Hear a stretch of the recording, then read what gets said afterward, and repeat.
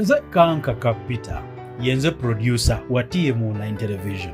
Ate era nze gwe owulira eno kuba nze presenter. Mbaagaliza ebiseera by'ennaku enkulu ebirungi tutandise okubibaagaliza. Nsimbudde butereevu. Ayagala okulanga naffe twakugamba mu festive time eno obubaka obwongo obuwulira jangu gwe munna business tukulangire nga tusinzirako online. Ennamba z'amasimu nzibateerangako buli kaseera nsaba muzeeyambe. Mpeereza obubaka obwa email obubanga oliwa business ayagala okugiyisa ku email n'ekirala. Kyesitalo musajja common man abeereyo Kamuli. Musajja ono yatuwa ekigambo ekyo mujjenga mukigoberera paka 2021 agamba atya there will be nothing to declare and nothing to hide. 2021 wayinza obutabaawo kyakulangirira ate wayinza obutabaawo kyakukweka.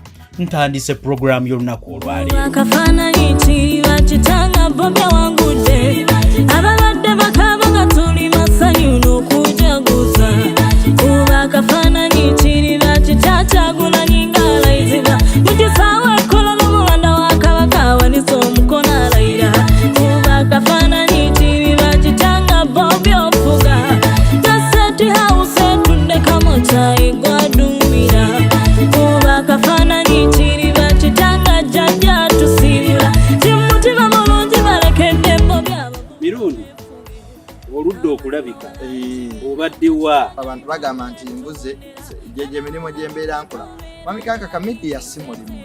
Of course. Politics, the word poly, many ticks, many rights, many ticks, ebintu ebituufu nga bingi politics. Naye abantu abamu tebasooka kukola babeera ku media nova n'ogenda wali. You should first work. Sooka weekalakaasize mu nnimiro nga tonnagenda mu luguudo.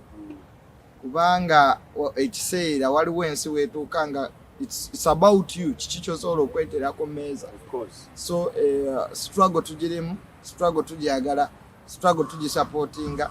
Naye ate sigaba bantu nti va ku mulimo obeere mu struggle mpaka obulamu bwo bwonna. No, that's wrong. People should work. Woba ina kyokola kikole nga asiibula ensi. Wo omulimo gw'okola ekitiibwa. Abantu abamu abali myaka gyaffe kibaganya okukola butaba na mpisa ku mulimo. Omwana ne bamuwa omulimo nadda mu WhatsApp nga ne mukama we waali. Omwana ne abaana tebalina njogera ku masimu. Mukama we akubira essimu n'omulinda ddemu akubire gwe tokuba.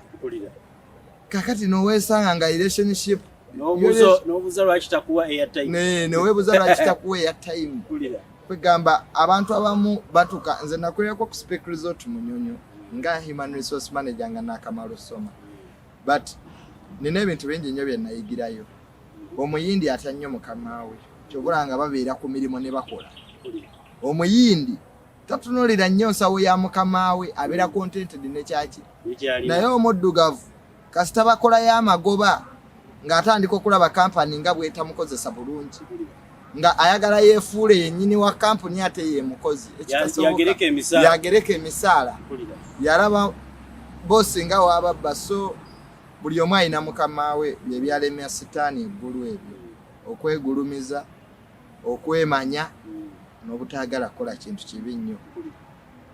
Muwe abantu ekitiibwa. Recently nagendako ku ministry emu sijja jjogera nga Mwami Kanka kogenza okufuna service naye ng'ono gwe basasula government gwesasula okuwa abantu service alooza ate yabayamba. Bwe bagenda okulya emmere ndooza bamalayo essaawa nga 3 ensi yonna neeyimirira. Bakyali mu kyamisana n'olaba passports ba investor bali awo ku Ministry ya Internal Affairs enkuba ebakuba obuwala buli awo obutaddemu earphones headsets matu. Namubuuza gwe eno office ogiyita ya taata oba ya maama wo. Why don't you Gandhi they bring other people? Nga weekali kali mu headset abantu basimbye layini abantu abakulu tewaliyo nsi ekulaakulana nga ne ba investor abantu abafunira passport abantu basimba layini ebintu bya Uganda bino genda no kuyuwala.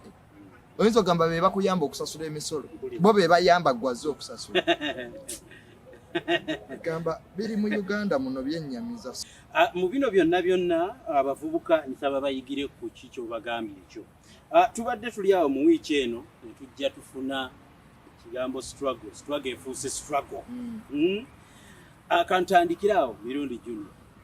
politics wa Bobi Wine abaddewo ng'akutte omuliro ennaku zino omulabye otya mwenga abali mu activism abamuli okumpi mu kibiina kya NUP ne People Power embeera eno ogirabye otya? Ekisooka ebigenda maaso byonna naffe bendowooza nti tuli mu struggle oba omanyinze struggle nti tuzanjawulo waliwo abali mu struggle y'okunoonya ssente mu struggle gye bali abo abazimbiddemu amayumba abamu abafunyeemu ebyabwe mu struggle nga nabo bali mu struggle waliwo abanoonya obubaka bwa parliament so struggle za mirundi mingi naye nze struggle gye ndimu eya Bobi Wine ey'okulaba nti tukyusa obukulembeze obuli mu Uganda wetwogera ku bukulembeze tekitegeeza kukyusa mwami Museveni service delivery kyekisinga obukulu income inequality good education system amalwaliro gaddemu gazimbibwe bulungi tusevinge sente z'omuwi w'omusolo ebyo struggle byebyo biruubirirwa byayo embeera eriwo twajansipeeti nga twagiraba era twandyewunyiza nnyo nti ebigenda maaso mu Uganda tebigenze mu maaso oba kyendigezaako singa bino tebibaddeewo twandyewunyiza lwaki tebibaddeewo mwabala gye tulaga gyebiri era kyova olabanga tukyali bagumu mpaka naka kubanga ebigenda maaso mu Uganda twali tukimanyi nti bijja kubaawo omuntu omwaga nti abantu bangi bafa ebyo byonna okufa kubanga okufa kuli either way waliwo n'ab'NRM abafa waliwo leero abafiiridde mu kinaabiro waliwo leero abafiiridde mu accident so struggle eno twamanya nti tujja kutuuka ekiseera omusajja gwe tuvuganya naye atuuse atutamye struggle okitege atuuke atuleetere okuwulira nti kyetuliko kikyamu omanyi dikiteta kyaba ayagala mwami Kakaka otuuke okwetamwa n'erinnya lyo otuuke ekiseera ng'olaba gundi afa kwale tuli mu lutalo okufuluma mu nyumba n'essaati yo owulira buzibu kubanga bakutamiddwa ekyo kyokkerereza abo omuntu yenna omuzungu kye yasooka okukola kwe kuwamba ebyo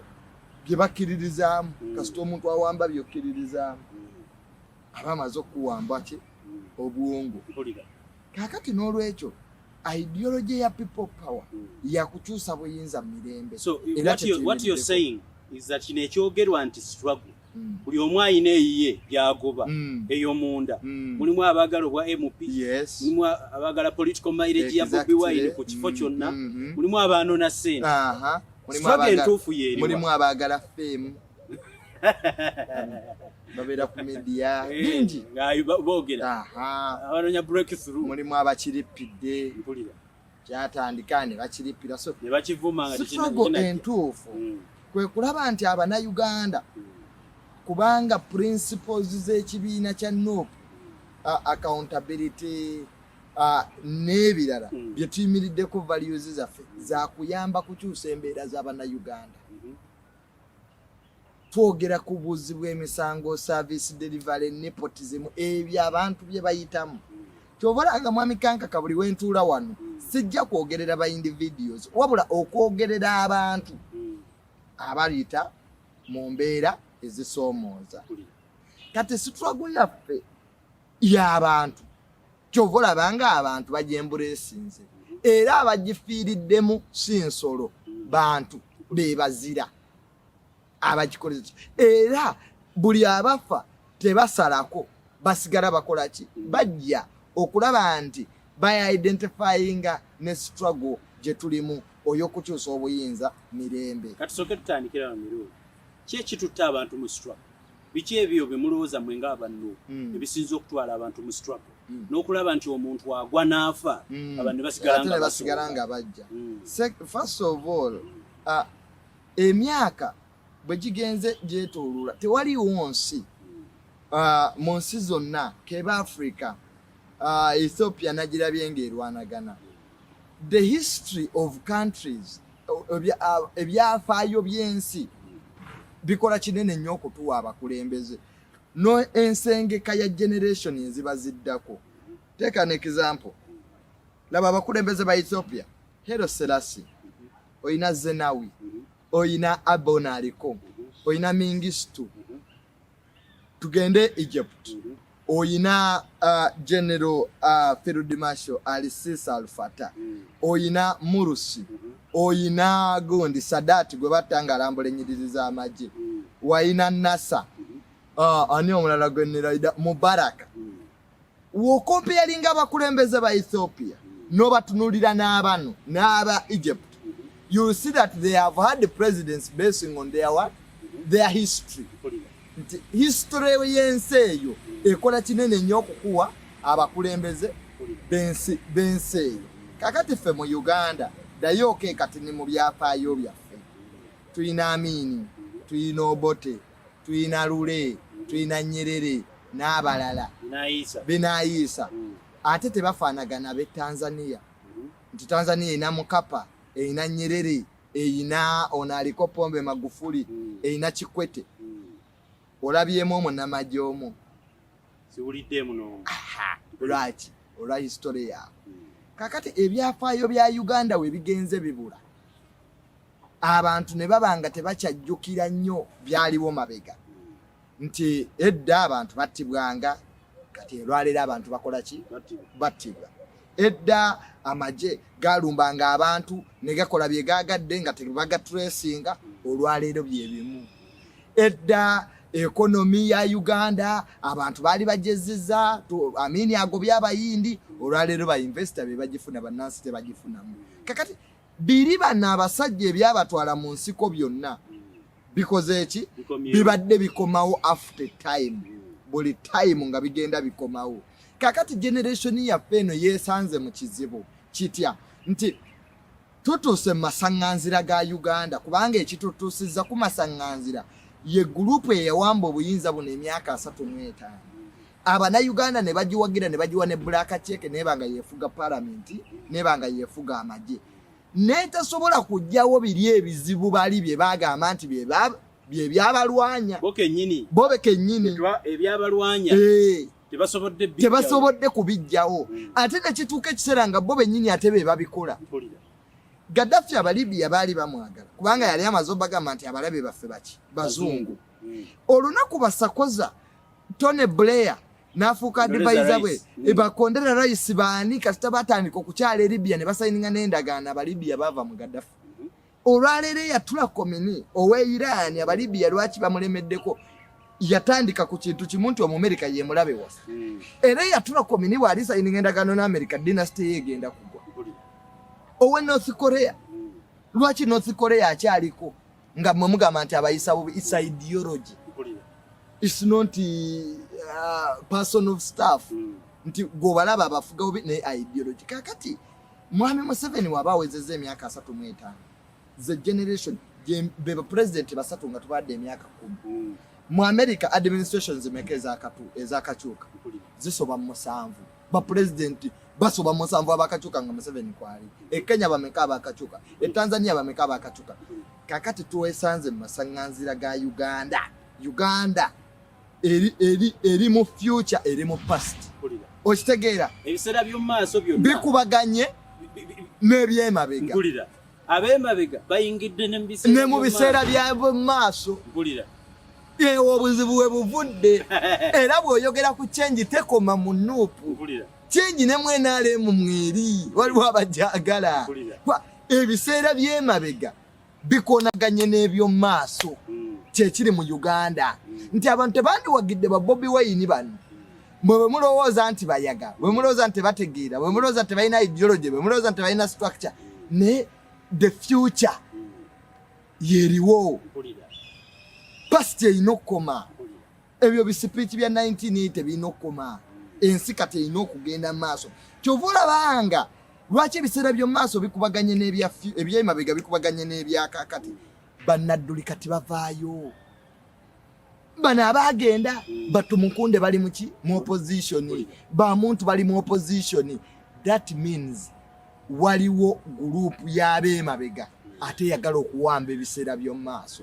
Kakati ate ekizibu n'abali mwenaalemu nga balina okubeera mu biseera by'omu maaso nabo balwana bwezingirire okulaba nti babeera mu biseera by'omu maaso. So Uganda esawa yazzeeyo nti baba deliveringa mu biseera byabwe ate n'obudde bwabwe bakyabutuulidde kyekigenda okuaffectinga Bungereza nti they are going to have old monarchies like Queen we Bungereza ine emyaka emeka ali mu 9 mutabani wa agenda okuddako gondi Charles ali mu myaka agenda mu 8 kati kiba kitegeeza nti Queen gyakoma okubaako ebiseera by'omu maaso bikubagana n'ebyaki biba biyingiriddwa kyovola banga Saudi ye bana abato babawo obuyinza mangu kabaka n'atula nenga crown prince eggwanga yalikola ki era ono we Saudi akoze reforms z'amaanyi kwa Saudi Arabia tagenda kuddamu kolera inga ku mafuta amafuta gagenda kuggwawo value olw'okukolagana amamotoka agali ki agayina electric kati he must formulate the country ayina okukola reforms kakati awo kyekizibu nti NRM yalema okweddaabulula tuli invent themselves ne basigala nga abemabege be bakyafuga ebiseera byaki olw'olukadde lwe lumanye ensonga mu generation ey'abaana nga 70% bavubuka kati waliwo okwonagana kw'ebirowoozo era akalulu k'NRM primaries z'NRM wazirabye nga ebiseera by'omu maaso bikonagana n'ebyaki n'ebyemabega n'ebyayita tetusuubira okubanga birina okuba byayita Kyaligonza yakubwa akalulu by historical bali surrounded by the younger people era mu kalulu akamu obululu bw'NRM ojja bwetegereza nti n'abavubuka abali mu NRM baagala change mu nkola y'engeri ekibiina gye kikola kyekiddukanyizibwamu kati change teri one sided kati ate nekijja tuba nti naffe abavubuka abali eno mu opposition twagala okulaba nti ebiseera by'omu maaso bino abakulembeze abazze mu generation eno batwala obuyinza ki batwala eggwanga mu maaso mu biseera by'omu maaso kati President Museveni buli waasigala ku ntebe si threat kuffe abe opposition wabula threat n'abe NRM abagala okubeera mu biseera by'omu maaso oba nalisinsi yange bagitegedde olwali nti n'abe NRM bennyini abaali balowooza katuleke bakitaffe batulage ekkubo ekkubo bakitabe bakyaliremeddemu kati ne mu NRM mwennyini mulimu olutalo that's why ebintu ebimu omuntu omu asobola okugamba nti president alwana n'abamunjuye gwe nolowooza nti byayogedde si bituufu it is true there are those who want to be in the future kati Bobi Wine abatiisizza nti is a step ahead of them one is young muto is in the generation is in the real generation of the future bano kyebakoleredde ebbanga kyebateredde mu ssente lwaki akaluka abavubuka NRM kateekamu nnyo amaanyi lwaki akaluka emakererako bagedde president bakateekamu nnyo amaanyi because they want to control the population the young people kakati olwaleero oli yabasuuse panic weeva panic eyakalulu kano teri nnyo ku elections eri ku who controls the future of 70% who are youth so chetulaba kati is not the way it is yes it is portrayed yes it is a battle of succession who gets into these positions that's okwa-identifyinga n'abavubuka bali abakola ebitundu 7 because abali mu NRM abaagala okubeera mu future ya succession they know you cannot have monopoly over power in this country nga bavubuka bana bakola ebitundu 7 ku 10 tobalina nga central region eno togiyina that means you are losing grip over power you must have the central region and you must in Uganda to control you must have the central region and you must have the youth kakati bana abayimbi bano wolaba music industry nti ekubwa bwetyo tebakyayimba they are the representatives of the music industry of the youth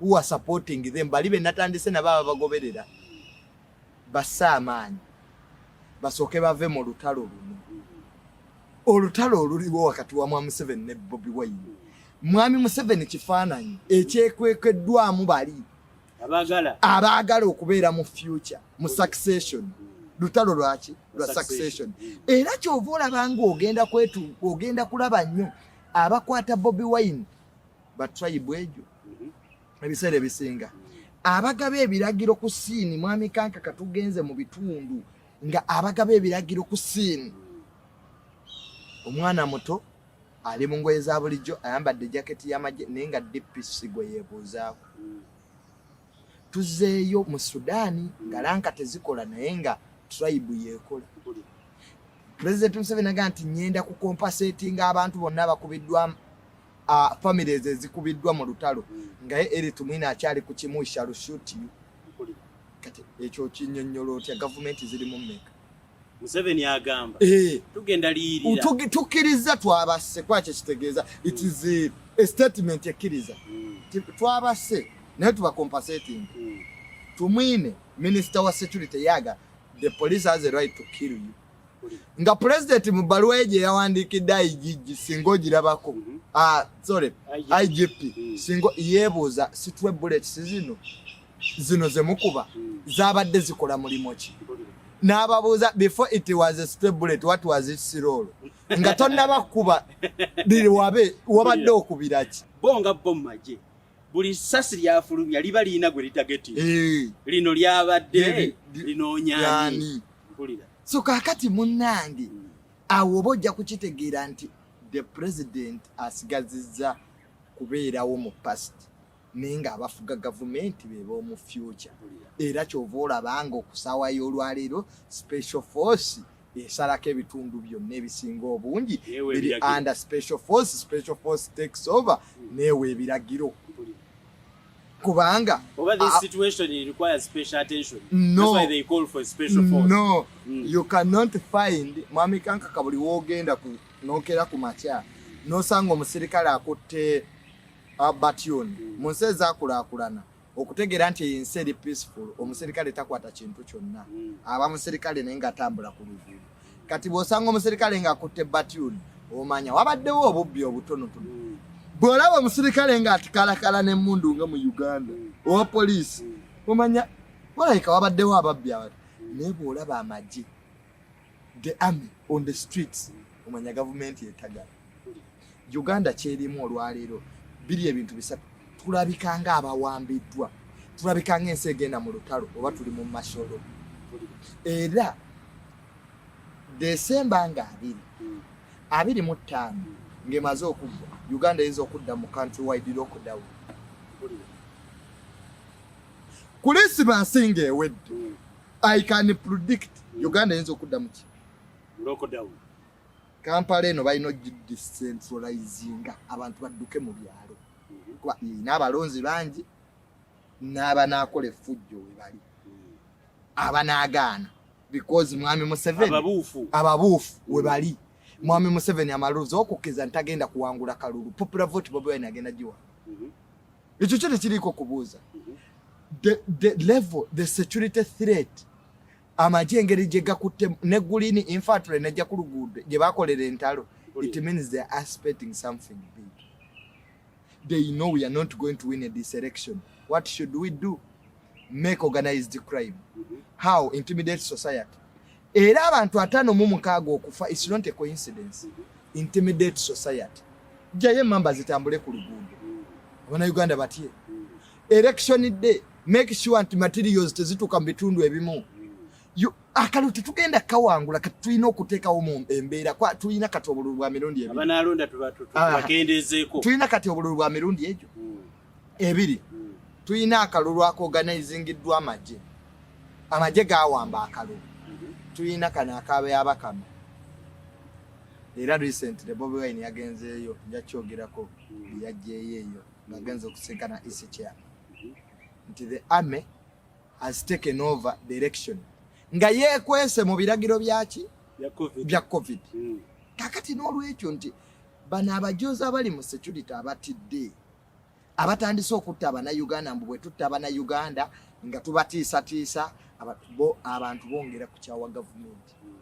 Era President Museveni olw'okuba nti future ye controllinga gavumenti kati kwa gavumenti ekyaliwo naye yeebuuza nga bwe neebuuza lwaki Strawbullets zino lwaki mwajjeeyo bino lwaki ne bamulimba kyanti munnange Bobi Wine ayagala kwokya kibuga biki to get legitimacy era kati ekibuuzo ky'Abanyarwanda kitambula nnyo kituufu baagala kutta Abanyarwanda to get legitimacy bafune amaanyi agatta abantu nti omuntu akuba essasi anti mune omuganda oyo nalowoozezza azze ku nzito yerevo gye twagala okuddako era omuntu yenna kire ekiboozi tribalism lwaki kijja basosola Abanyarwanda bulijjo nga tetubasosola nga kalute kanna kireeteddwa kusobola bali kukiyisizaawo olwa explanation okuttirako abantu Abanyarwanda b'amalaaya nga tebakomplaininga komisanga emikaba giri mu kooti egy'abamalaaya Abanyarwanda nga bakomplaininga nti tubasosola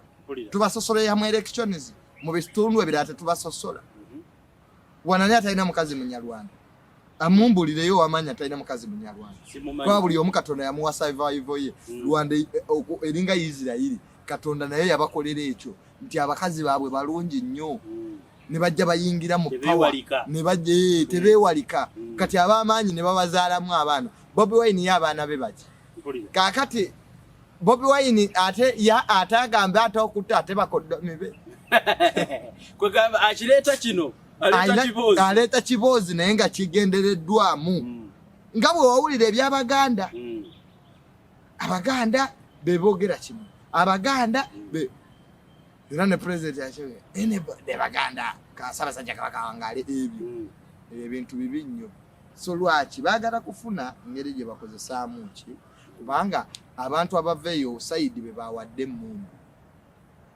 there is a section of people be bawadde emmundu nalabye ne basajja Mivule ng'akalakaala nayo recent so emmundu ziri mu bantu so kyenyinza okwogera ku ekyo mwami Kanka nti struggle gye tulimu past erwanagana ne future abajozi abali mu security abalowooza nti bagenda kwandamininga democracy mu Uganda bagenze maaso n'okutta abantu n'okuintimidatinga society baba bamaze okukitegeera nti akalulu kano tugenda kabba naye abantu tusooke kubakola ki njagala kutunuulirako Tamale ku lolo y'abayimbi abayimbi bano omuyimbi afuuse politician naye abamu bakyamulabira mu level yaki abamu bwe bamwajuwinga nja kugereza ne ku muyimbi ayitibwa Bebe Cool aholdinga buli kimu naye ndowooza agufudde mulimo okuvuma principal wamwe buli lunaku akola special tweets akola special messages every day you see what would be the role of other musicians abali mu bululu buno okugamba gw'obalabe otya what is your analysis of musicians abali mu struggle eno ku side eri nga bo bagufudde mulimo okuvuma ono nja kutwaliramu ndowooza ne Mike Mukula Mike Mukula naye yazze n'agirega principal wamwe nti yasoma ki yasoma music ate ye pilot ye bya music abimanyi nnyo what do you make of such comments eri Bobi Wine bwe muwagira mwami Kankaka bona asoma nnyo ebyafaayo Museveni His Excellency President Museveni abantu bamuvumanga Trump nga tanafuuka president wa America bamuzannyamu omuzannyo mu 2000 bakomedian b'omu America nga Trump president wa America nga kisese ebiseera nga kiri funny omu ku basajja abamanyi mu gavumenti yagamba nti bwe naleeta Bobi Wine ne mufuula mukwano gwange bwe nazzeemu okumulaba nga agenze mu akyoli abantu be nalabye naggalidde wansi w'emmeeza nga nali manyi nti kisesa era kyo kituufu omuntu yafa emyaka 2 emabega bw'omukomya n'omugaa nti Bobi Wine yatwala Museveni emisinde kisesa it's funny waliwo abatakikkiriza waliwo abakyali mu birooto the people who have failed to cope up with reality mune ekibaawo ne mu psychology tukiyina omuntu asobola okukyawa n'osigala ng'okyamulowooza ekkomera eryo osobola oddimalamu emyaka 3 omanyi nti omuntu asobola okukyawa n'osigala mu kkomera eryo kakati nga yakumala naye nga ggwe okyamulaba nga ye kakati n'olwekyo the role of musicians in changing society Mike Mukulanja kumwogerako but what is the core value of music in any society the core value of music is to change society to positivity abayudaaya bali bagala ofuga America bawamba Hollywood because it is music movies that change perception of society olwali njaga kuwa ekyokulabirako nti baproducer mu America batandise okukola firimu nga ziraga nti ebisiyaga birungi like mubeeramu clips ezo tokiraba mu serie emu tokiraba mu yakubi tokiraba zonna ezisinga zitandise okuadaptinga ekintu ekyo because they want to change the perception of this of the world. Fashion nakyo kintu kirungi, kintu kikulu nnyo ensi kweyimirira okukyusa perception y'ensi. One, omanyi lwaki South Korea bambala nga bwe bambala, Iran tebambala masuuti kuvuma America, bayina obusuuti bwabwe naye bo tebambala masuuti nga gano kulaga mpalana gye bayina naki n'Amerika. So fashion changes perception, music changes perception, but there is nowhere music consolidates a government. Tekiriyo. Because music is meant to change society to positivity. So in this country abantu nga bayita mu mbeera ey'okunyigirizibwa ke baba abayimbi abo bennyini tosobola kuyimba luyimba lukumirawo status quo abantu ne balwagala because you are not changing society to positivity. You're not playing the role. You are not playing the role that you are supposed to play. Nkwe kyakulabirako ki father kadino bw'avaayo n'agenda na ku lunaku lw'abasamize ekya kadino kiba tekimuweddeeko era n'erinnya lye liyinza okusigala nga ye Tom Kakooza naye loolo ye nga kadino okuba nti ayina loolo okuprotectinga Catholic Church, ayina loolo okulaba nti obusamize si bikolwa birungi aba avudde ku nnono ezo. Kati olwaleero ekikubya abayimbi si lwakuba nti beboogera bya kisiru, Bebe Cool ayina ebyamagezi byayogeramu ku ntegeera ye yeeyo yentegeera ye. Kakati entegeera bambi ya Bebe Cool si yereese ekizibu ne byayogera ebimu sibi, but is not playing the role of music. Music kwayina okutambulira mu Uganda. Ayinza okubanga byayogera entegeera ye naye byetegeera naye avudde ku mulamwa kwa music gwayina okuzannya. Tewaliiwo music goloza lwaki bwe tugenda okufiirwa ennyimba za kafeero ze bayiteekako. Music atambula na mbeera okitegeera. Kati olwaleero omuyimbi waliwo omuyimbi ono yakubye oluyimba gula amabaala ffe tubeera simanya mu bbaala nga twenwera woba oyagala social distance ke tukole social distance. Lwaki abavubuka balwagadde nnyo yembeera eriwo bali muki mu kafyu biki gulawo amabaala.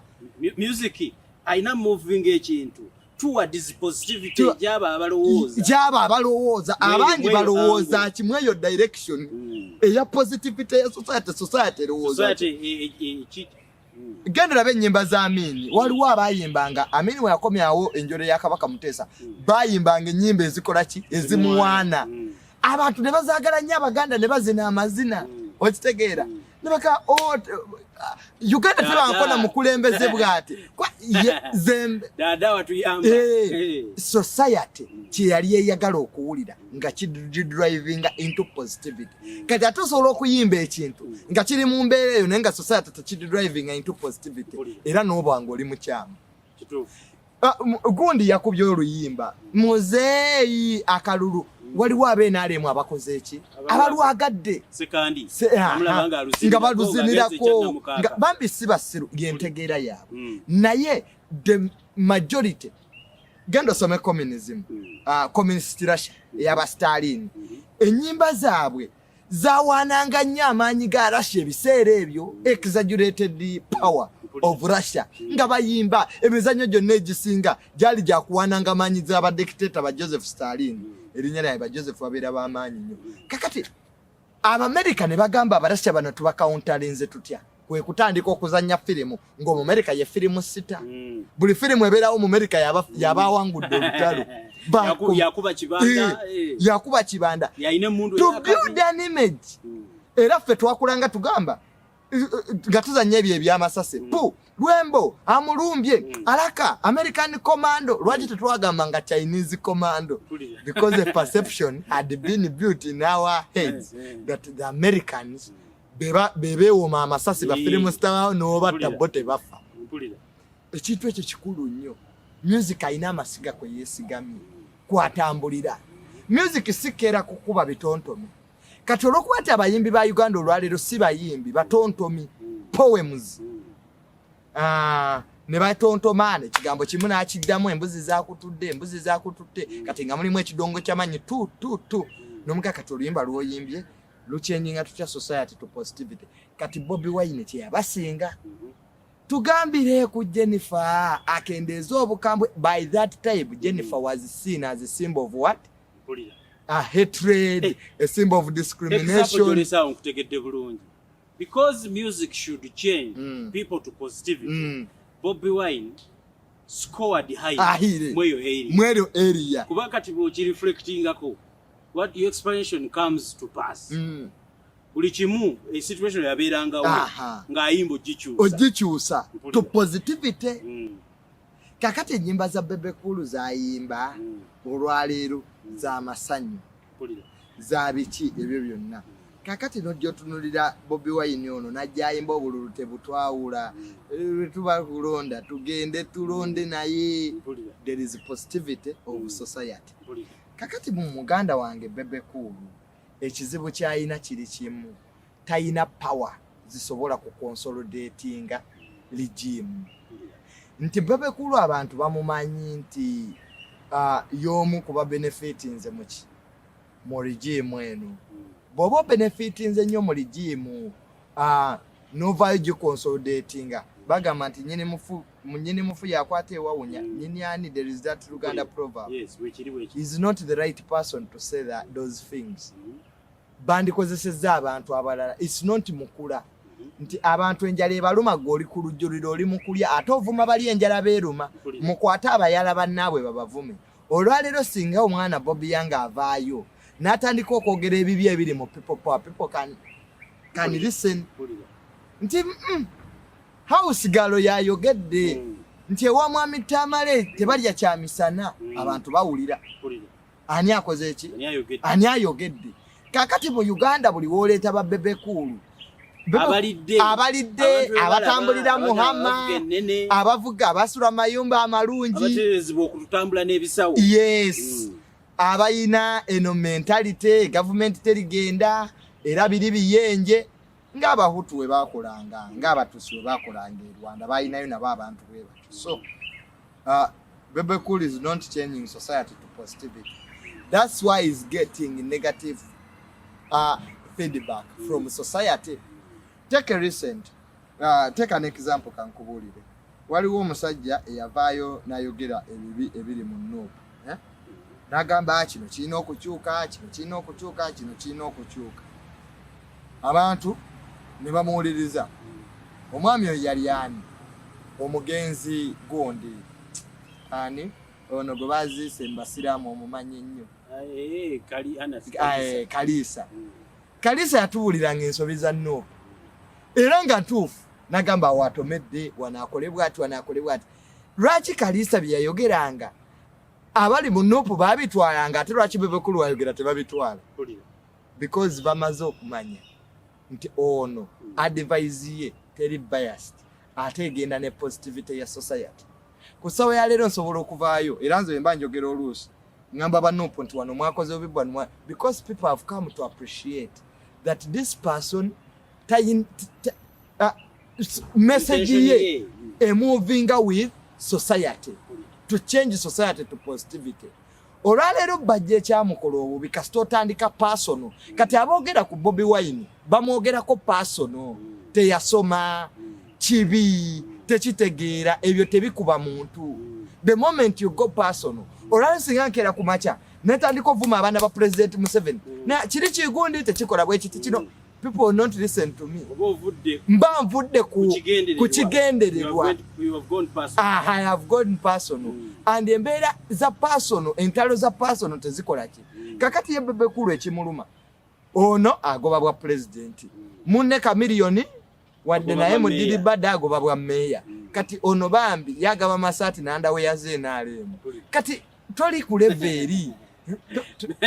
Bebe Cool afukamira wansi waba wagizi saati byalimu kubeereyo byebita driving. If Bebe Cool wanted to be somebody tato wabanga badde minister by this time nga President Museveni yali akubalamu amagezi Bebe Cool yandibadde Minister of Youth n'akwata ideas ze zonna zayina n'abanga ali mu position yesalawo naye buli wobanga ekintu okiri bweru omanya abali mwenalemu abali ebweru w'ekintu kino be basinga okwasama banyene ensibo tebavaayo tulabangako baana ba president nga bavuddeyo ku defending government yaabwe tebavaayo balamu be tebaliiwo kakati bambi bino Bebe Cool birowooza nti kati bw'osanga kwa Fande Muhoozi n'omugamba mu nnyumba bangoba n'akoye miliyoni 2 nti kati aba otuuse mu level y'abali ekintu ekitali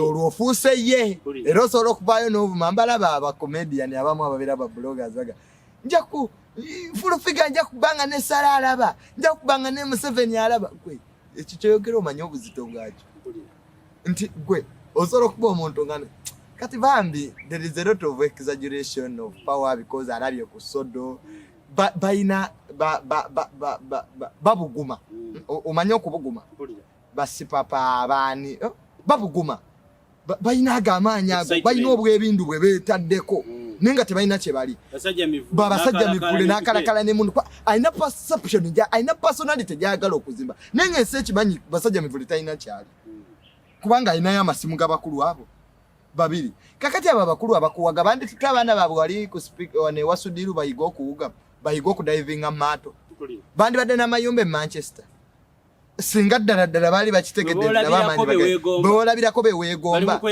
bo bali mu kweteekateeka kuba abakimanyi nti essaawa yonna ekyo tukisobola okukola ki kwa gavumenti eringanga bodaboda ekikongoliro kigikuba ekigo goloza baba bali mu buyinza bo tebamanya we balikera ne basibako ne baddayo ewaabwe kuba ba refugee bakyaze bajakera ku bakya basibe kakati ke tugambe bagenyi basibye ebyaye baddeyo ku mafaamu gaabwe Bebe Cool aligenda n'abekiruhura oli wawano omuntu yenna akutamye ewamu abakoze bubi you're going to stay here wano ebakuziika naye kirizibwa okuba n'obuwagizi kirizibwa okuwagira omuntu yenna gwawulya gwayo anti yes but that right comes with the responsibility kyenagambye nti olwaleero sobola kukola video I felt so bad wobanga kati kibanga nze gamba nti waliwo Frank Gashumba Uncle Gashumba video gyakoze ng'alaga eby'Abanyarwanda ne wabaawo eyamuvumye n'alumba n'emuwala we Mwami Kankaka oyo si politics that is extremism President Museveni byakoze tetubiteeka ku tribe ye nti Abanyankole babi no if he has misrepresented this tribe it doesn't mean that all Abanyankoles are bad people no that's not true if Bobi Wine tomwagala it doesn't mean that all Bagandas are bad people made that subjective theory Abaganda tebategeera Abanyankole tebategeera Abanyanta so Bobby Cool aina right era je tu respecting era okumanya tuji respecting Bebe Cool tavanga yogama nti waliwo wanupo yamulumbye makage era okumanya right ya Bebe Cool okwagira President Museveni tuji respecting abaana ba Bebe Cool abantu bamanyi gye basomera abaana ba Bebe Cool abantu bamanyi gye balira bamanyi mukyala weti aina akola cakes tewaliwo lunaku Bobi Wine wali atuga nti mugende mukwate ki Bebe Cool ekyo mukikube yali abagambe temulya keke za Zuwena tewali olunaku Bebe Wine wali agenda temugenda mu bifulu bya Bebe Cool era olwaleero Bebe Cool bwakola konsati abantu bajja kujja kubanga baagala Bebe Cool a musician si Bebe Cool agenda okwata music we amukyusa ave ku masiga agafuga music owoku driving a society into positivity n'okuyimba ennyimba okusinziira ku mbeera ekola ki ebeeriwo Walukaga Mathias kyabasinga ayina gurupu ye muwagira nange muwagira nnyo ennyimba ze ayimba ennyimba ze ezivuma naye nga zivumira muki mu magezi zihandlinga situation eriwo mu kaseera ako ne lujja ne luhiitinga okisegeera so the role of any musician in this election is to support omuntu yenna gwe supporting but with responsibility a right comes with responsibility you have a right to support but you don't have a right of provoking abali ebyo bye mulumba ne mundu bye mutta abantu bye mukola kiko provoking people so musicians banawagire President Museveni oba gwe baagade right yabwe era Bebe Cool nga namusanze mu saati ye ya yero mubuuza bulungi ye kuntegera ye bambi kyalaba kyekituufu ye gyali yalaba President Museveni yasaanidde era ayinamu points ennungi zenyiza okugamba nti ayogedde bulungi awo naye totandika kuprovokinga society teweefuula afande muhooza ate nga toliye teweefunda General Sabiti tayogera gw'omulaba ku media avuma bapopawo lwaki batuma balala babavumire kwa nabo bakimanyi there is a time obujja okutuuka nga olusi tebali mu obuyinza bukyuka so nandisubidde nti ba musicians they should not provoke society. Njagala kutunuulira gundi Mike Mukula ugamba nti Bobi Wine's education may not be relevant to his cause right now. Baya lumiriza mbu alina diploma mu music tekina mnyuma kuli ekyo. Omukazi gwe baba bamwanjula bayita Sengaki ow'ensonga. Osonga oyaki? Ow'ensonga. Mukaluka no Mike Mukula sisenga ow'ensonga. Gwe babwogereza n'omusajja okweyanjula kubwa president Mike Mukula sisenga wansonga mpulira Bobi Wine tedde lunaku lwaligenda Mike Mukula mu vetting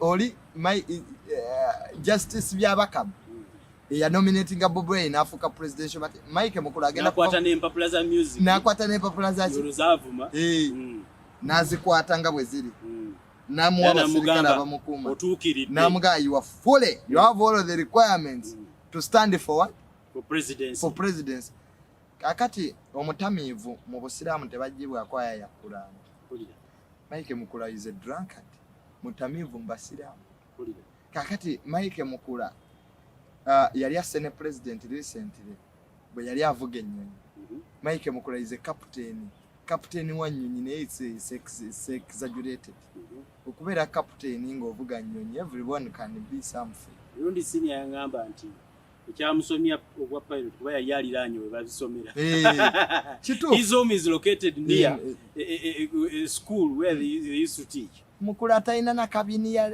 foundation yezimba kabini yewa gundi abadde simanya representative we nale mu Eastern yakozeeyo ki Bobi Wine mbadde manya bakubye bonna abali kakati yakozeeyo ki you see people who don't have track record kichi kyakoze mu Eastern kwe tuba tutandikira ye yasoma obwa pilot yasoma obwa pilot tukiriza yasoma obwa pilot singonga nti yasoma obusawo nti ayataasizza obulamu bw'abantu mu COVID tebayina abo gwe bakwatanga bano sente corruption scandals awoza kimwe ya fighting eza gavi ababba kino babba kirimbo naye mbu bamulabe mbu avuddeyo put your grey head elsewhere when is not your level when is not Mike Mukula's level in fact Mike Mukula kyalina okukola kwe kugenda ekitalya batekeyo DSTV makomera balebenti n'omunnyo ne sukali gyeguli bwaje boolekera we shall review all of those cases zaina kakati omanyi abayaga abasinze okuvayo mwami Museveni ng'avaako sibe bategeevu abayaga babadde bakola ebikolobero be bavaayo Bobi Wine tabasiba abayaga bebafiira ku president kubanga bakimanyi President Museveni olwaleero Bobi bw'ataba Mandela kubasonyiwa bawedde era abazibe emisango basobi be bali mu pule gwalaba bonna bakola ebikolobero gwawuliddeyo bakamisona mu URA nga bavuma Bobi Wine bakamisona of taxes kamisona of what wabawuliddeyo lwaki bano bamukula ababbifugo be bavaayo okuvuma ono mbuto yalina academic gwe registra we Makerere gwe zizo ziriwa you went to parliament just because you married a powerful chi byabwe byaba relative ebyo ebya nepotism kyobulanga abamu baje bali mu bifebi but not because of intellect. I can authoritatively defeat Mike Mukula on an intellectual debate. Mark that word, an intellectual debate. Bwe yabeerera mbife byamanyi Mike Mukula yakola ki atugeyo kabini gyazimbi Bobby akote Brian White amukuta amutwale you were level of Brian White Mike Mukula by the time you fight with Brian White you're equivalent to Brian White don't waste our time yamukuze motoka nata msasulu ebyekibbi bye bali muzyo zalizize Mike Mukula ze yali abanjeza izo yali abanjeza ko muntu yoze motoka ze yali abanja Brian White zasasula omusolo bwe NRM Eastern okoze watch tebalina na kabine foundation yazimba kabine gye bakulira. Bobi Wine uyagenda mu Eastern n'abalaga ka amaanyi kali mukula yali akola ki Mike mukula talina n'abantu basatu bamugobere olwaleero kati muna abantu bwe batukale singa manyi kati Bobi Wine na stage gye yavaako abo bonna boogera mu President Museveni abawe sente mbona b'ekintu mbo bakidde wakati kubanga nze manyi nti cabinet eddako ejja kubeera nti pewe tukwata obuyinza abannu cabinet ye inokendeera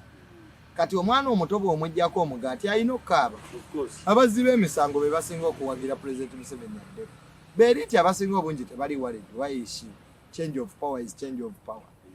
So the likes of Mike Mukulazi yandibadde atulaga history ye na yesenge y'ensonga. Bobi Wine is a presidential candidate fully nominated by the EC yasoma. So Mike Mukula talina nnyo kyamakulu kye yayogedde. Njagala tutunuulire insecurity eri mu kunoonya obululu bwa principal mu Kyagulanyi. People power okusinziira ku media engeri gye coverinzemu ekintu kino. Bobi Wine is the strongest opposition right away. Right now, since time Lwazze avuganya, alabibwa, of course we have reports from the whole international media. The opposition is the real opposition in this country. Naye mukunoonya kwa kalumaddemu a lot of insecurity. What do you make of the insecurity and the insecurity propaganda within this election time? First of all, Bobi Wine is a property of the EC. If you are nominated and you're a presidential candidate, you become a property of the EC. EC yebekuinako obuvunaanyizibwa. EC tulina ebitongole bibiri. EC bambi nze tubonanga Justice Byabakama annuma. Naye mugirumiriza nti EC is a property of Museveni. So if Bobi Wine is a property of the EC, kisinziira ku ntegeera y'ani ayogedde. Olira. EC eyinza obutaba property ya President Museveni, but the security agencies are property of President Museveni. Bwe tubadde ne bakulira ebyokwerinda mu Uganda bangi. I think Justice Byabakama associate Kasujja, Badru Kigundo, all these people can't be bad. I don't think that it is true to victimize Justice Byabakama when the situation is beyond his control. Justice Byabakama ejjo yayogedde ekigambo ekya nkutteko ennyo yagambye nti DSTV ebagisala emyezi abadde neetalaba bigenda mu maaso. Ekyadde kisindikira ni President Museveni. Sina sente.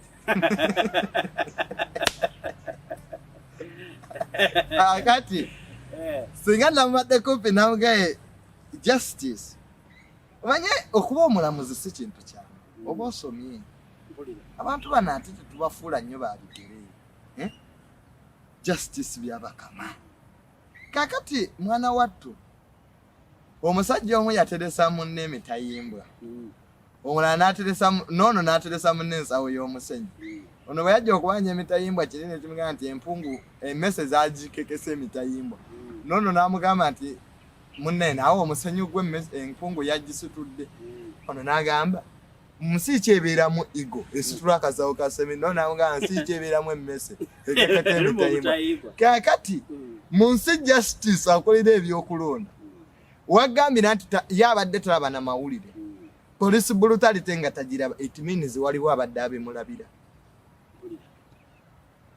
The role of Justice Byabakama is a manager. You cannot be a manager mu kintu ky'otalinamu power and influence. The man talina buyinza ekyo buli omu akimanyi. Justice Byabakama kubanga what is the security agencies bwe zirwanidde is security agencies zekwese mu COVID and President Museveni teyayita mu parliament to seek emergency powers. Bwe yali ayise mu parliament twandibadde n'emyezi 6 egyeyongera contract ye neggwako speaker n'akwata obuyinza ekyo takyagala kubanga ali selfish. Secondly, teriyo nsi we batta bantu parliament nesigala mu recess abantu 5 mu muki. His Royal Highness Majesty atabera Majesty Tainansi His Royal Highness the Kabaka of Buganda yavudde nagamba ne tuteekewo akakiiko akakola ki nawa n'ebyokulabirako ebyemabega ebyafa nti abantu 8 we baafa mu biseera byedda omuzungu yateekawo akakiiko olwali tulina abantu 5 mu 6. nza sikirabanga kekyo tekibangako mu nsi yonna parliament tebagiise kuvaayo kujja kuteesa ekyo kikulaga nti there is a security erupts. There is a security erupts.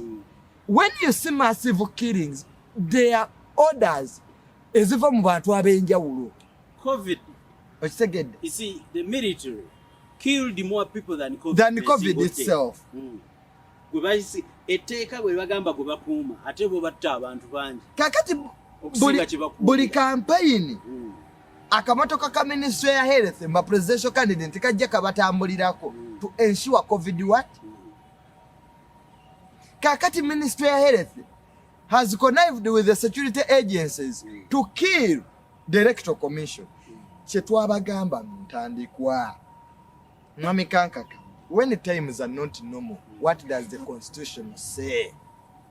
Buli wova ku mateeka kyekizibu ky'amateeka nti buli woyagala okozesa etteeka ku benefitinga abantu bagenda kufa. Kye natadikiddeko nti ebiriwo singa tebibaddeewo twandyewuunyiza era eyeewuunya mwami Museveni kati nze gwe neewuunya kubanga buli wodaivatinga mwami Kankaka abakola constitution bamanya nti COVID ajja kubeerayo.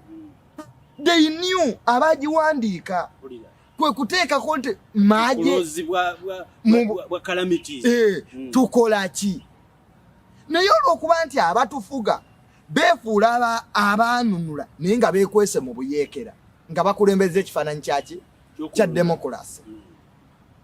Okitegedde olwaleero Ethiopia oyo naye yajja wano ndooza amagezi bwe yagajja owa Ethiopia correspondence akalulu bali bamugambye ffe twagala londa. He has weakened Ethiopia. Olutalo olw'omunda luba weakeninze nnyo kuba balina kodwo between Egypt, Sudan ku Nile. Naye nga abantu lwaki batuuse muti bakulembeze kwagala kwenywereza mu buyinza kubanga owa Ethiopia Longole believes nti Tigray region ebadde efuga Ethiopia emyaka 3 oyina oginafuya okole coalition odde mu buyinza yenno yali corresponding emyaka 2 nga amagezi agakola ki era seewuunyiza. Yasanze mwami Museveni deputy prime minister of Ethiopia yasanga mwami Museveni eggulu amwebuuzeko engeri gyagenda okutta ba Ethiopia banne sebo saabatemu bano tubatte tutya tubawe butwa buli anoonya gwatta wano mu region akyala wano wano tewaliwo economic egondi seminars nti oba twakyazizzaako ba minister ba Africa aba economy tukyaza ba defense butemu ne tuspendinga sente musena bazze ku discussinga butemu gundi bayekera beewo oba buli ayagala okutta jjawa buli ku happening mu region amagezi bagajjawa baba bano tubatte tutya. So Uganda, the best cash crop now we are exporting is violence. Tujye exporting the Sudan, tujye exporting the Somalia, no tujye exporting ke Congo. Ye cash crop je tujina je tusinga okutunda kitusinga okutunda butemu businga okutunda era tekitwewuunyisiza nti obutemu okumanya kyafuuka kya tunzi be bantu 5 okukola ki okufa mu lunaku lumu kubanga twalema okugendera ku constitution. Justice byabakama jo Bobi Wine olwatuse ku isi nga batimbyewo ebifaananyi bye nga anwa enjaga. Omanyi security eri ku isi omanyi nti waliwo cameras buli wamu kiba kitegeeza nti abali munda mu isi be bazze ne batimba. Bobi Wine ng'akola ki ebifaananyi ebyo omanyi kyekitegeeza omuntu asobola okutimba ekifaananyi ku Electoral Commission ewali security bwetyo n'okulinnyako obulinnya omanyi security eri awo bakugobawo bennyamiza bikwasa ennaku. Kakati insecurity evuddewa? Insecurity evudde ku bantu abapanikinze mu byokwerinda nti n'olumbe emmotoka Bobi Wine naye omusiru ajja kuba Bobi Wine essasi tuyingire genocide. Nze kyensinga okutya kyokka kubanga waliwo gurupu eri mu security eyo ejoogenye yerowooza nti bajja kutta buli omu abatatuwagira tuba intimidating tubakwata genda osibe ennyoko lino eggwanga lyammwe abasoose okufuga ensi eno. Waliwo abantu waliwo we tunyiiga tosobola kutta abantu 56 ekyeyonoonero bwe kityo nti tuddawo era twogerenga abali ebukoddomi twogere mu bwama omanyi munnange toyogera nnyo omanyi munne bajja kutta bye tulimu abaganda bye balimu mu 6 obote mubi bazze mu nnyumba zaabwe banwedde omwenge hani Museveni bwe yajja n'alaba abaganda bano instead of transferring that hatred into victory obukyayi osobola okuba n'omuntu ng'omuyinako obukyayi nga tosobola kutransferring that hatred into victory. Abantu 5 omanyi abantu abakakwatibwa Mwami Kankaka kakati twandikirize ekintu kimu. I heard that makomereri y'abo abantu 3 yes, bayogerako ababona nti omuntu mumusibye abamuno wambe tebalina na musango just ya muvubuka yetambulira bibye leta ID oyambadde red t-shirt golabika gwe kati okolagana ne people power gwe ba people power kyali kibina kyabayekera justice kabito lwaki jakkiriza tugende mu kalulu. So Mwami Kankaka ebikolwa ebyo bintu bibi nnyo era ffe twongera okubivumirira ne tugamba bannaffe abali mu bitongole ebyokwerinda bano abantu bemutta mwongera kuzimba bukyayi abo abasajja ba security abasinga obungi abamu nabo bakoowa amajja agamu gali fole ne bagamba za uniform zaffe abanozana abasinga babajjeeko emmundu kuba abamanyi bo basobola okulawo akatiisa. So kakati kyetulimu we are in the middle of a mess. Justice Byabakama, the Electoral Commission is fighting with the military. Kinasookeddeko ne nkugamba nti Uganda erabika ng'ensi ewambiddwa. The military has taken over. Bana basajja bajjayo kala zaabwe entuufu. Kiki kye bali omusajja gwe tuvuganye naye yatta abantu 5 million eruweeru. Bw'abassa ye 56 ajja ba compensating. Can you imagine? Wano ebatta magala ba compensating. Si kwe kuleta abeewaabwe bamala kufa ne basooka bategeera nti okufa gyekuli. Neno abantu Abannayuganda batalina kye bakoze. Tuveyo era tugaa nti munnange ebyo tubyogerako abali mu security abo abalowooza nti lino eggwanga lyabwe be basinze batumwine yayimbanga nnyimba z'amagye banne bagenze kulwana bwe bamukuba eriiso teyaddayo yali pasita mu lutalo abazira bafiira mu nsiko abazira tebadda abatalumbanga ku front be baliwo olwaleero be befudde ab'omutawaana. Mwami Museveni yamala emyezi 6 Sweden ng'ali bweru bakadoga abalwananga paka nakati bafiira mu nsiko bambi terina abamanyi era omuwandizi omu yagamba nti emidaali gy'abazira giri mu ttaka abatiitizi be basurviving olutalo. Tumwine eyakoola obyange ennyimba yali yayimbanga nnyimba z'amagye era azaagala mu nsiko kakati ya ordering okutta abantu kyekyewuunyisa omutiitizi atuse ku ddaala bweriti ate ye agamba nti yevuge. Kati tumwine mundu bwene avuga singa abavubuka bano banyiiga emyaka 8 okyaddukawo naye kati muna emyaka gye balimu tegiraba bintu nga webiri myaka egyo gya ntondo era kyova olabanga boogera nnyo we are supposed to hand over power when we have created the destiny of this country. Uganda yatandika nammwe abatembuzi bagirekawo abachwezi ne bajja ne bagirekawo abazungu ne bagifuga bangeza bafuga Uganda emyaka 10 ne bagenda ne tujja tulaba baamini nabo ne baweta buli omu ne bano bagenda ekiseera kyabwe kiweddewo tewakyaliwo gavumenti. Waliwo propaganda atambulira mu kibiina kyammwe kya NU nti abamu akubakulira te security yammwe nti ate be baagala okutta omuntu wammwe. For example, waliwo obutambi wadde buyita mu social media waliwo abavubuka abakoze ensobi ennene mu kuripootinga amawulire nga balumika omu ku babodegaadi bammwe abakuuma Bobi Wine nti ate yakanyuze tiyagas canister eyakubye n'omupoliisi.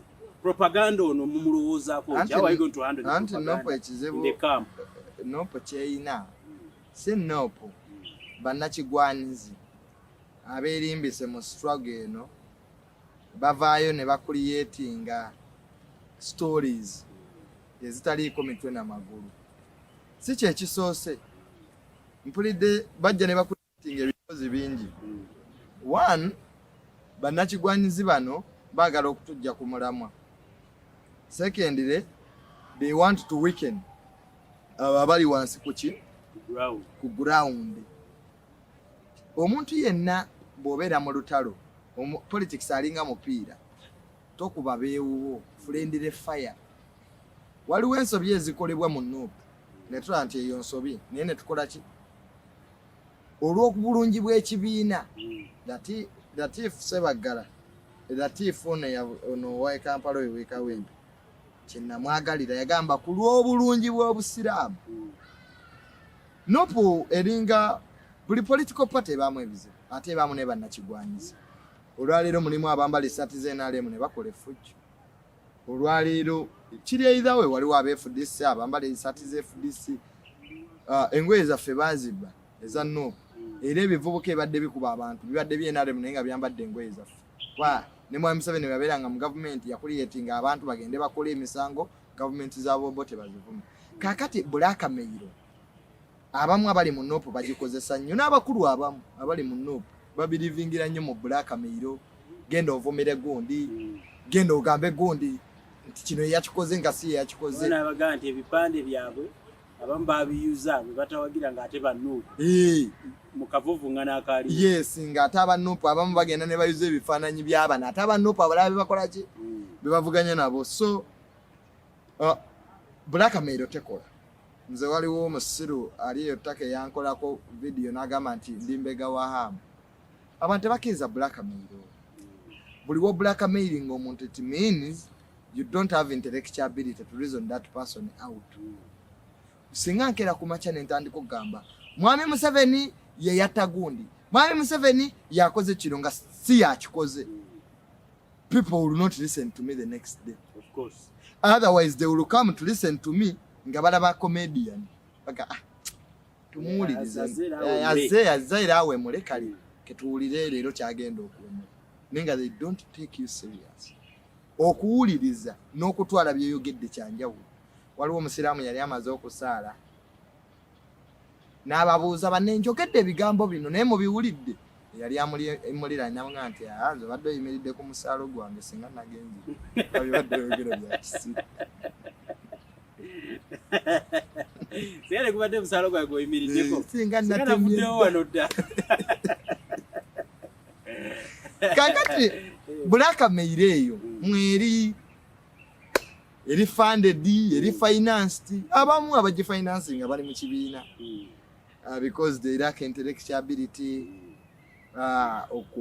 abamu bakozesebwa gavumenti nti ono omwana ayeewo omubiri abaana abakuma Bobi Wine bambi Katonda abawo omukisa omuntu atambulira mu masasi negavuga neyeteekayo omanyi n'ekyokubiri struggle ya nopo kyeyina ekizibu abagwagwa be baagala okututegeerera balooza buli omu musiru Bobi Wine yegendereza nnyo abantu wano wammanga embizzi n'eboogera kakati Bobi Wine bwe yatuuka okubeesigira yasooka kwebuuzaako gwe kakati n'olwekyo toyinza kusanga struggle ng'abatamanyi be basinga okwogera abamanyi basirisa kyekizibu kya nopo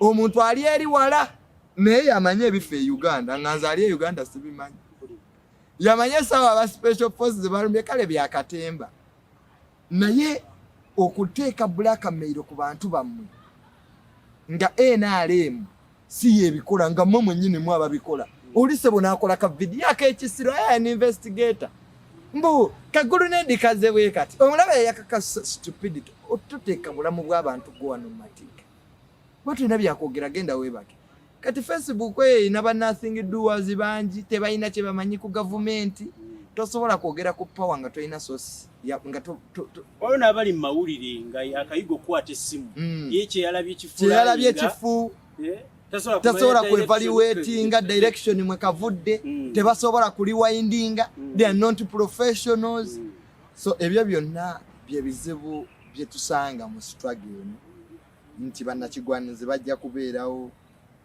balina bufollowing bwabwo obwabagwaga oli tasomanga ku administrative law talina kyamanyi oli najja namugaa nti ku ssaawa 7 special force yazezeza ezitezaake nga tamutta oyinza okudduka omwezi nabalabye mbu tusonde ne Bobi Wine emmotoka etayitamu masasi nogaa kati tunulira zino engalabi z'emitwe osobola okudduka omwezi campaign agenda gikolera munda agenda gikolera era ayina okuvaayo Makwina site baamukuba essasi Philippines bamukuba essasi omumbejja Dana bamutira muki mu Mercedes Benz okimanyi yali atambuliramu era bagenda okuzuula nga the Benz was tampered with where Benz bwe yawuliranga egenda kutomeranga esiba kyakitegeeza basooka kugikwatamu. So a person can die. Bobi Wine struggle gyalimu y'abantu segere ye security ye kakati gwe ne bw'onaagula plate proof ne bw'omuwa Air Force ne bw'omuwaaki tekijja kuyagala kubeera mu bantu yalina okubeera mu bantu b'amaanyi ge gali mu bantu ate tajja kukoma nti leero basse kati kanzira ewange mbivuddemu nsamba omupiira tebiriiyo kekanze nzize mu studio ebya campaign mbimaze tebiriiyo. So sente zetusonderamu amadika singa baziwa bano abaana abali mu malwaliro abatalina medication kubanga gye tuyise abaana baffe bangi bafunye ebisago ne beetaaga obuyambi. So kakati okukwata sente ezo zemusondamu amamotoka leero tugule emotoka ebidongo leero tugule biki make that money to help these younger people. Omwana yalekawo family ye ali ku campaigning ya Bobi Wine abaana balekawo family zaabwe ayingiza kyo mubawe sente z'okulya. Yes, by speaking a lot of nonsense. In fact, to blackmail people, better have a fundraising gundi ku social media. Ogeba nange abaana betwaleka mwacholi bali musanvu betaka sente bweziti bana bato n'ekintu kye balimu bakyagala. Nze omwana atambula ne Bobi Wine Masasi gwe manyi yali mu nopu entuufu abasigadde abasinga banoonya byabo. So kakati ebyo ebya fundraising ebimu bye bakola fundraise for people who are moving with Bobi Wine. Abo ba Eddie Mutwabo mbawe sente abamu bali bweru tamanyi Masasi bwe ganyoka wano wabulaga encamugende mweyongereyo byagambye. Gwe mirundi tetunnakulaba ku campaigning trail ya Bobi Wine nenga akatira bono omusiru buli musiraamu agenda emimbali akwegamba okulaga obusiraamu bwange zibango yo babikola batolaga abali balabirangako ki bikolwa byabo siko ki siku bigambo si kati nyende omumafiya nkube sasi kwegamba bali aba security bagaye nti lukubo yagala ku prove kubanga njagala ku prove eriye oli omusiru aliye bweru oli omusiru aliye bweru awenze strategy matuleke tubanga twogera musirika ko temina kye mumanyi kateze mirundi onimba ki tata wange yali presidential spokesperson emyaka 14 kiki kyogenda okunima mu government ya president Museveni manya abali emabega w'okutta abantu manya ab'ebijambiya manya abali emabega wano manya abadde bazanya politics. I know politics. I've been here. Mva mu political family kitaawo taberangako n'ala this wadde chairman w'ekyalo mbojjo wenze byokwogera kyovulaze teri yankubira simu munuupu nti wayogedde kinyoko byantumye byenva okwogera. I come here, I speak my mind and I go. Jamu ebikuyamba ebitalina magezi nakowa okozesebwa bali bandetedde miliyoni 5 mbo Jeno akusindikidde sente ojjokole konze nkoleki Jeno mbadde makerere nga sina kyenkola Jeno abadde taliwo. Why is the Jeno picking interest so much in me after now? you're done with your struggles? With my struggles sijja kukozesebwa ffe twagana okukozesebwa family yaffe tekozesebwa ne munuuku mba waako omutwe gwo side emu nenjisigaza nsigala neerowooleza nimanyi ekyo kyabugwagwa sijja kikola nti nze opita nye nenvuma omuntu munuupu omanyi waliwo eno gurupu ekyamuukiriza ne bavuma gundi why be abuse Gashumba's daughter ye yatumye kitaye byayogedde kati olutalo luba lukulemye then you are stupid ebyo sibiwagira that's wrong. Abuse Mr. Gashumba nga ye bwaba ye yayogedde ye gwe tuba tukola ki naye muwala wo omuvumira ate tu reactinga ku bye yayogedde si ku personal bamukwatira mu loogi yebaka ku gundi you are stupid. Ebyo tetujja biwagira ffe tetuli basiru twagenda kusomero ne tusoma mbunvume mukyala wa SK Mbuga. I respect Mbuga amidst his political affiliations. I should put waliwo nange waliwo wenkoma nga criticize abali mu government ne manja wano wenkola ki wenkoma ne mulimu abavubuka abo buli musiru agoberere bo mubere n'abasiru bamu fete mutuwa byakwogera temutuwa biragiro twagende makene tusoma.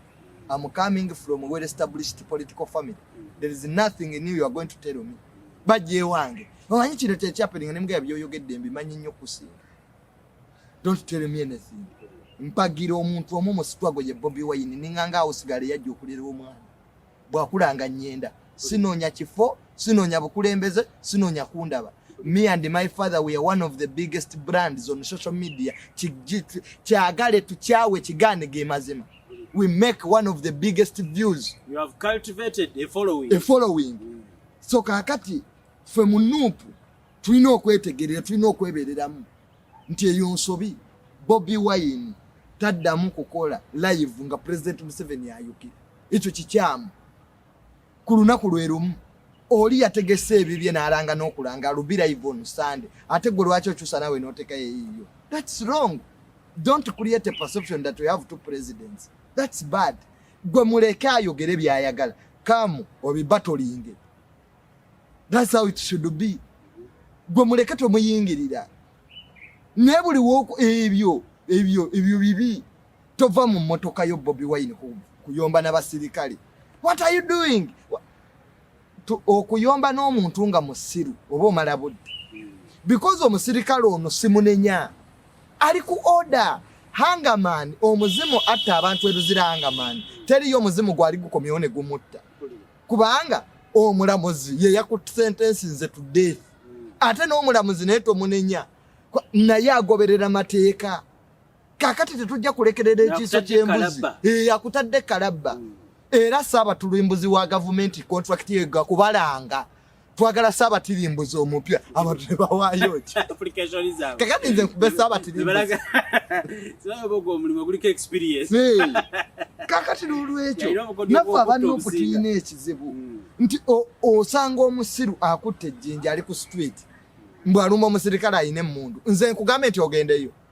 Can I find a younger man abavubuka ali excited mugambe tugenda oyo kyekipira mu Kolansi akoze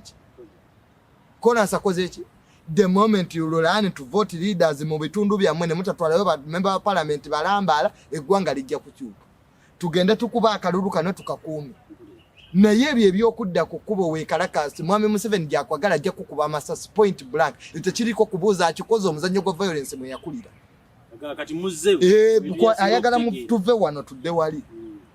Bobi Wine okumuwa ekibiina kya Nuupu Justice Kabiso okusala omusango ogwo tetwamala kunamira balamuzi mbulwaki tewagenze ku kooti nga bamusibye n'otunula engalabi y'omutwe kati nandigeza omulamuzi ne mugamba ki. That is the judicial department ya Nuupu awo yejja nze ndi munnamateeka nga manyi kati nkolawo ki. Omwana we bamutwala muwaddi n'omulyanga akaba nga bagenza omukulula erinnya okuba dokita. Kati n'olwekyo ffe tetujja kugoberera bya bugwagwa ebibi. Being your nonsense. We are not going to say your nonsense. Okay? We are here as intellectual people. The youth should avoid chaos. NRM kyagale kigane egenda kuvaawo ekyo kyagale kigane naye gavumenti gy'oyagala ino okusanga oli mulamu. Okitegeera akaluluko buli wofa kati akaluluko tuba tukafiirwa batukendeeza bululu tugenda ku street tuyokya luguudo omwana n'akwata guno omusumeni mbw akube Kolansi ebyombi wagire mu violence omanyi gwe kyekitegeeza gwe leka bali batukoleko effujjo. We have exposed them bayeekera n'abeewaawe bennyini babata mwenaalemu mweyo gundi obamanyi abainaalemu abaafa mweyo rayoti n'abenaalemu baafa ko abisajja byakubanga amasasi buli omu n'abali mu office kati babawa obululu kuki bano bagenda kwetta bo bennyini be-exposed. So nze era tojja kundabako nga Mwami Kankaka nyenze ku campaigning trail ya Bobi Wine because I know the people who are there bakoowa aba security nti oyo mutabani wa mirundi kitaawo atambula emmotoka ya bukadde 335 empya akuba military police embolese engalabi yo wali kugondi mukwekalakasi. So I'm not like them. Me, I'm different. There are dark people who don't like me, dark forces in the government, and there are people in NRM who love me and who protect me. So kakati n'olwekyo nze ndi hybrid empologomata ziri ya bwana bwa mpisi ko mpisi ya butwa kati I will not be turned into a fool. nina kyengoba. Njagala tukwate way forward okusinziira ku issues that raises saawa eno. What would be the way forward to current situation nga tumaliza program yaffe ey'olwaleero? Way forward eriwo ye bannaddiini ab'ekibuli, abakatuliki n'abakulembeze abalimu ensa okutuula n'ababyokwerinda n'abanuupu babayite. Omanyi ekisinza okuleeta obuzibu mu Uganda mwami kankaka nti okwagira nuupu ndowooza kikujjako okuba omunnayuganda okulaba nti tuteesa ku kyokutta abantu bwe baba bafa ebibiina bisooka ne bikola ki ne bivaawo. Era sisobola kwemirana ne nga nti okufa kuno fe abanuupu tukifunamu nnyo baffe. No, abantu bwe baba bafa tukoma okuba bannabyabufuzi ne tukola ki ne tuba abakulembeze. Bobi Wine kyekyamuyimirisizza kampeyini ze n'agenda ku isi asobole okwogeramu ne mwami Byabakama era ne babaako ebintu bingi nnyo bye baayogedde. Naye nze nkimanyi nti Byabakama afuga amagye atudde Bombo, Byabakama afuga amagye ali Makindye ku military barracks, Byabakama afuga amagye ayinza n'okuba ali ku faamu ye yonna gy'ali. Be bahijacking amaanyi ga isi. Era nensaba abanuupu banyambeko kampeyini gyendiko tusobole okusasulira isi chairman DSTV asobole munange kampeyini zino okuzoota obuliro. Naye bambi aziraba nti DSTV ebagisalako. Secondly, Bobi Wine asigale nnyo mu mmotoka ye. Ekyokubiri abaana bano abatambula naye tubasupporting kinyinza okugamba. Abantu abali ebweru babasupporting, naffe tubeeyanziza nnyo. Waliwo abatusupporting bambi abaga Junior webale nnyo emirimu gy'okola nakusindikirayo dollars abakusindikiddeyo ate osobole okufuna amafuta ataga nakutwala okukola ekirala. So bambi tubeebaza nnyo Abannayuganda abali ebweru abasupporting foundation yange mbeebaza. N'abo abalowooza nti programu zino tezibanyumira anti ne bawandiikako nti the following program will not be suitable for you olwentegeerayo. Kati ffe bye tudiscussinga biyinza okuba bya waggulu ko disclaimer tuziteekako nti atayina capacity reasoning capacity political themes. Tujja kulaba ng'endala zize. Naawe mwami kankaka nenkwebaza olw'okutuwanga akadde otuyambye nnyo okuleeta programu zino eziyigiriza abantu n'oleeta bakadde baffe bannadduli n'oleeta mirundi siniya nakubulira ekiri ku mutima gwe bw'okyagadde batukyagadde ate nga kyekituufu ye bw'akirabye era bw'akirabye era kyekiri ku mutima gwe. Kakale ate waliyo abasirise bangi nga nabo balina ebibali ku mitima. So patenga eyo eba tekyasobola kusustaininga bukulembeze. Abavubuka ba sweetheart tubaagala nnyo, mulina amaanyi mangi, mukoye gavumenti naye mwebeereremu. Teweeteeka mu matigga. Lwaki otambula ekiro? Aba boda mbegendereze. Omuntu kasita atandika okubuuza owagira kimugee mpagira Yesu. Boda balina ebiboozi. Wama gwe mbeera ogiraba otya? Naye gwe olaba otya akalulu kano? Nze byendaba. Kubanga ojja genda tomanya muntu gweyogera naye. Ekyokusatu nebaza nnyo abakulembeze ba Nuupu olw'okuvangayo ne bakozesa olulimi olw'emirembe. Waliwo situation z'olaba nga zinyiiza. Emmotoka ya Bobi Wine ojja kuba amasasi nga zinyiiriza ddala. Naye ne bakuuma ababaka. Nalabye ejjuzi wano Kazibe Bashiru Mbazira ng'agudde mu ttaka. Bano babaka kale mubawe katiibwa. Omusajja ne bamukwata ng'empale ziri eno. Bano balina family, balina abaana.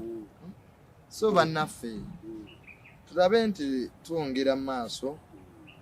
Abali mu byokwerinda amagezi gembawa. Emmundu yonna gyebadde terina nnyo maanyi singa gavumenti tezivaako.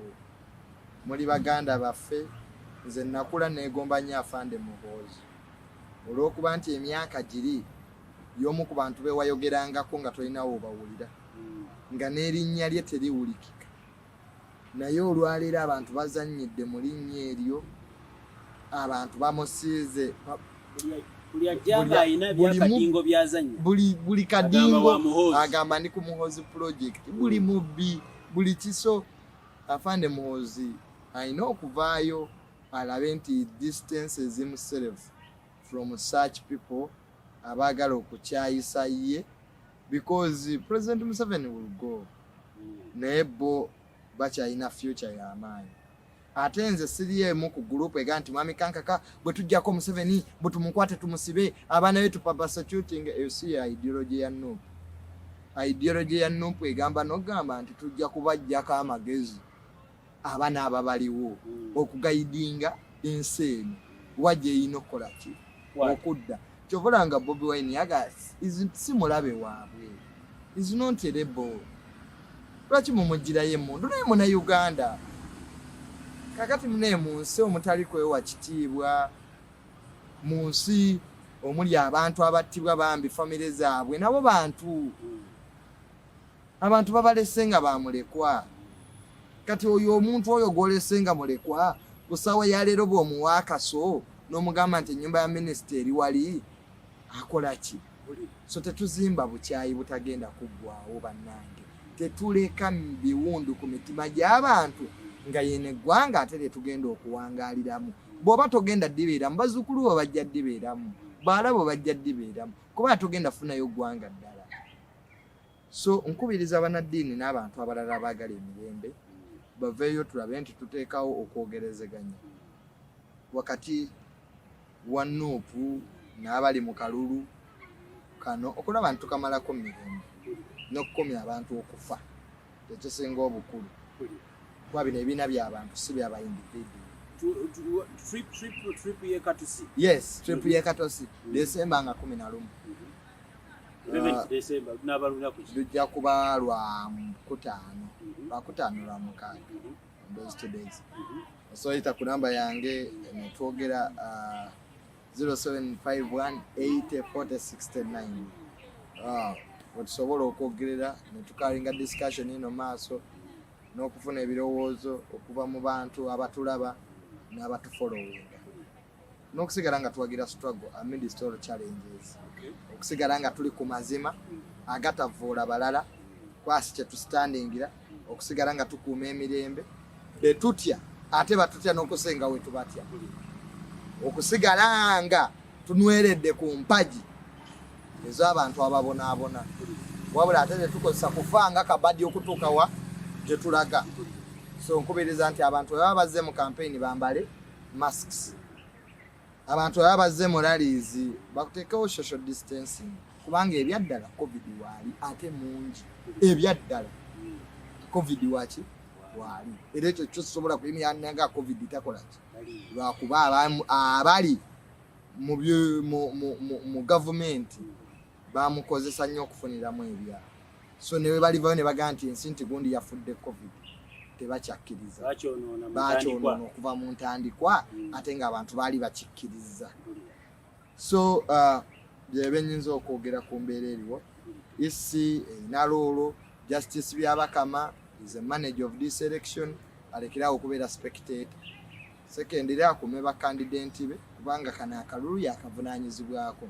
Bobi Wine ogenda ku kitebe kya EC mu requirements z'amateeka, waliwo emisango gy'ogenda mu kooti n'olopa ne baga nti wagenda ku meetinga EC tewayogeramu nabo, kati ekyakikoze ayogeddemu naki nabo. So that when we go to court to nullify this election, because an election is not an event, it's a process.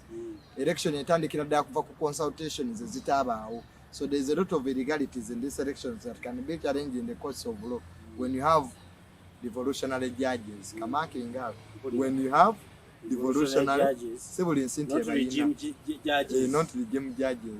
Bakavuma kati yakulira Civil Aviation Authority yennyonyi bano yayisanga court orders ekisiru speaker n'azigula yali akolerera ki eggulu alayika naye alituuka yenze kanka kapita kuba mbadde mbatuusaako omuzukulu wa Molina mirundi mutabani wa Tamale emirundi senior Joseph Tamale junior nsibudde musambu watuziba amaaso ne kantuntunu emyaka mingi ngo twesibyeko kapiwo w'emibiri tugoye jogo tuliteye envumulo yenetununula Bobi Kyagulanyi yanatununula bimala